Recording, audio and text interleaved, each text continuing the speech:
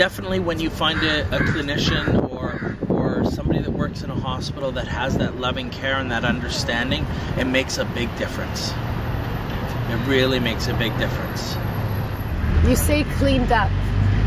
How did that come about?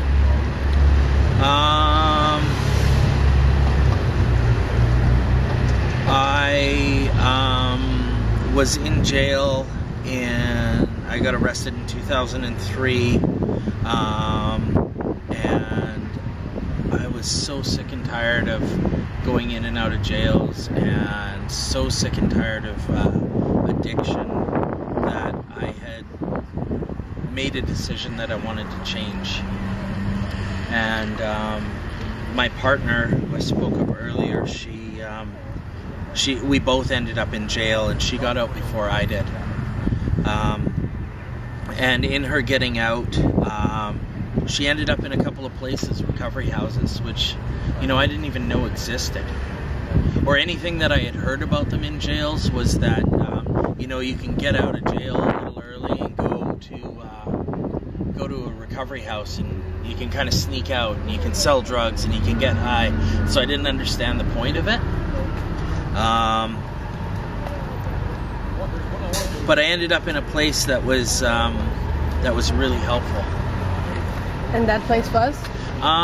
It's a place called Intervisions Recovery Society, out in Coquitlam, and I did 70 days of in-house treatment, and moved into a safe living environment afterwards. So I was within the walls of recovery for a year.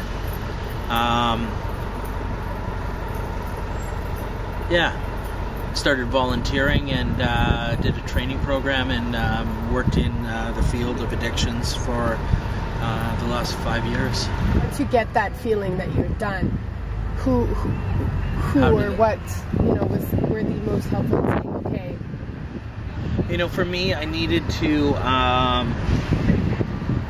I went into a residential treatment center, and it was a very regimented treatment center that put structure into my life on a daily basis. It was laid out for me what I needed to do pretty much at every hour of every day.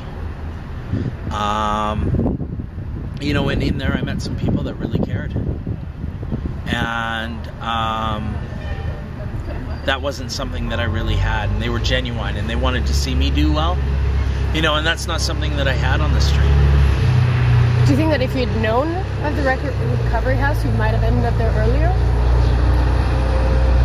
If you had the resources to know about these infrastructures and to reach them? I can't say yes or no, but, you know, I think that there needs to be more education, definitely.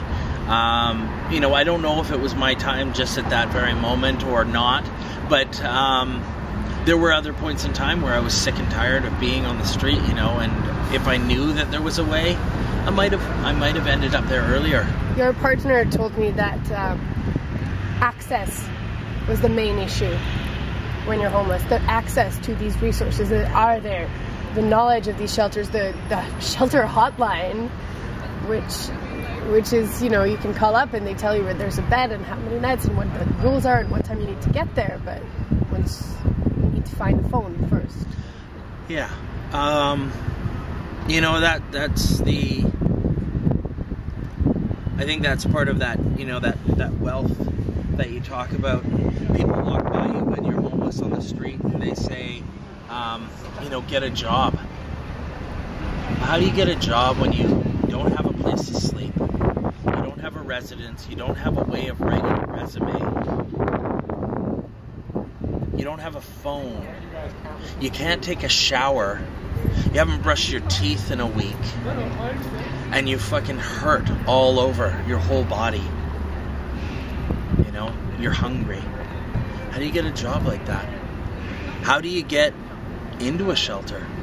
You know, there's definitely a lack of access to support systems to help, you know, and money keeps getting cut. You know, you can, I'd say once a month they shut down a shelter, you know, Every time they shut down a shelter, it's more people that are nowhere to stay. But the same amount or more homeless people are on the streets every day. I don't think that shelters are the only answer. If you had advice for average Vancouverites, like the little things that can be done, what do you think would most matter to you 10 years ago?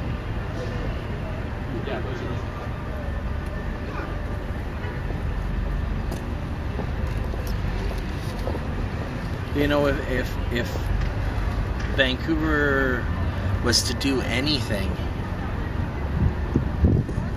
those that live in Vancouver were to do anything, would be to demand housing. You know, vote for housing.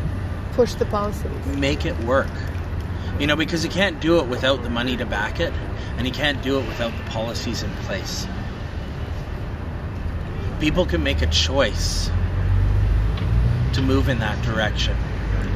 I think that, you know, if we had more nonprofit societies being able to do that, and people backing that, we may be able to make some more changes.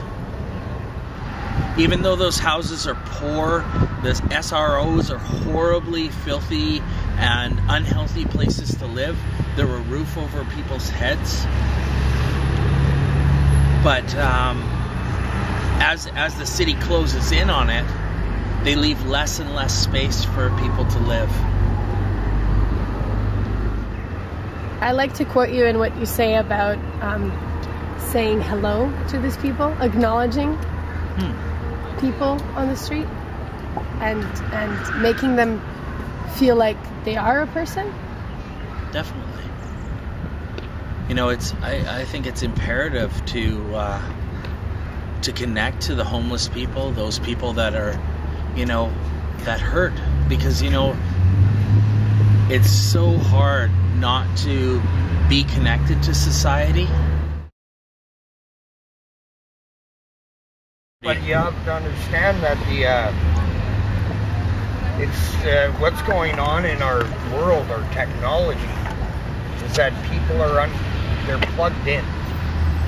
They don't talk on buses. They don't say good morning to each other. They don't have the art of communication down. Do you mind if I film you? Sure. Gotta know your name first. My name is Tina. All right. My name is Jojo. Nice to meet you, Jojo.